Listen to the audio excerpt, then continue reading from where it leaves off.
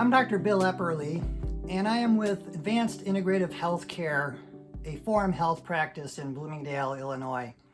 Today, I want to spend a few minutes talking to you about hormone pellet implants. I want to explain what they are, how they're used, and the benefits of them.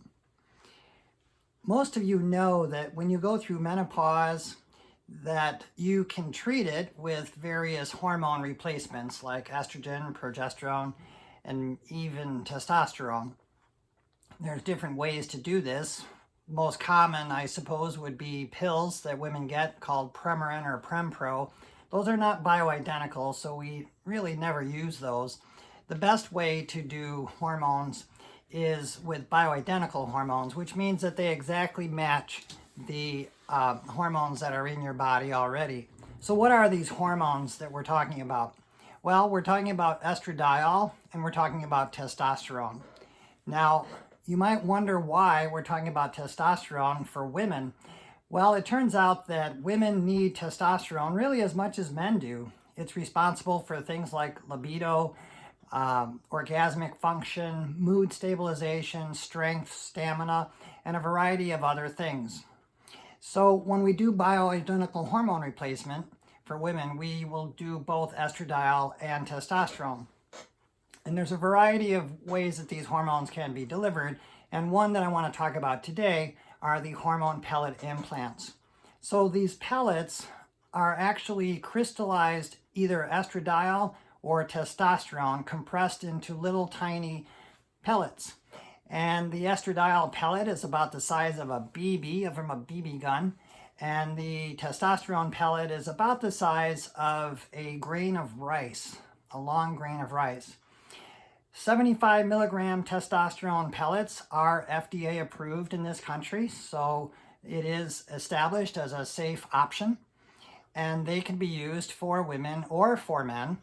Obviously, there's going to be a lot more of them inserted for men than for women, roughly about 15 times more. And so who can get them? Well, as I say, women or men can use them.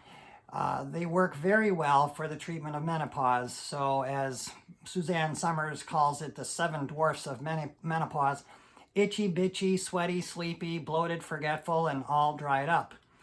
And so the estradiol pellets and the testosterone pellets both can help with those symptoms.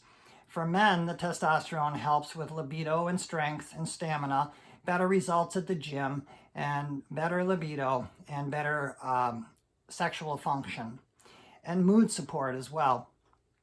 So how are these pellets used? Well, they are inserted painlessly through a tiny incision on the side of your hip. And it's the area is numbed up with some anesthetic, and then that's pretty much the only discomfort that you should feel. Afterwards, you may have some soreness that lasts for a few days, and that's pretty much it. These pellets are inserted about every 4 to 6 months, and they slowly dissolve under the skin, kind of like a little ovary or a little testy. And they are released more when you need them, like during exercise or stress.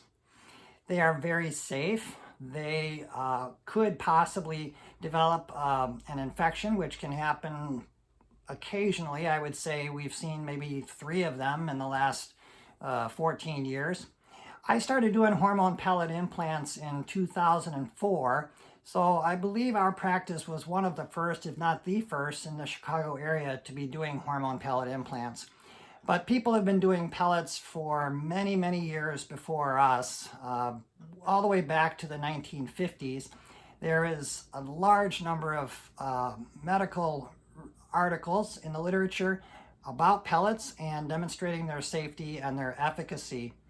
You may have wondered why you haven't heard about pellets until now, and I think there's a variety of reasons for that. Perhaps the pharmaceutical industry has something to do with that, with the promotion of Premarin or Prempro.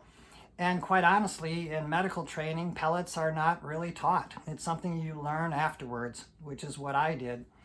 So we've treated thousands of men and women with hormone pellets, and the results have been very good.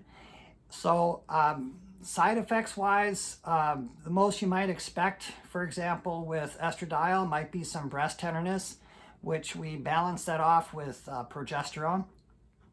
And that usually takes care of that, or we use a lower dose.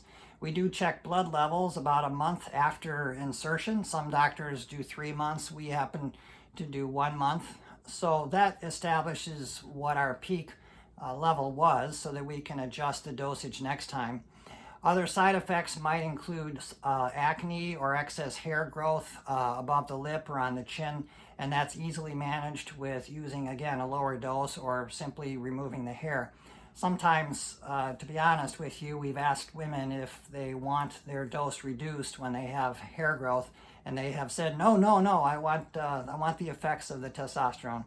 So, quite honestly, hormone replacement has actually saved some marriages because of its mood stabilizing effect. So that's good to know about that. Well, thanks for listening, and we look forward to seeing you. Take care.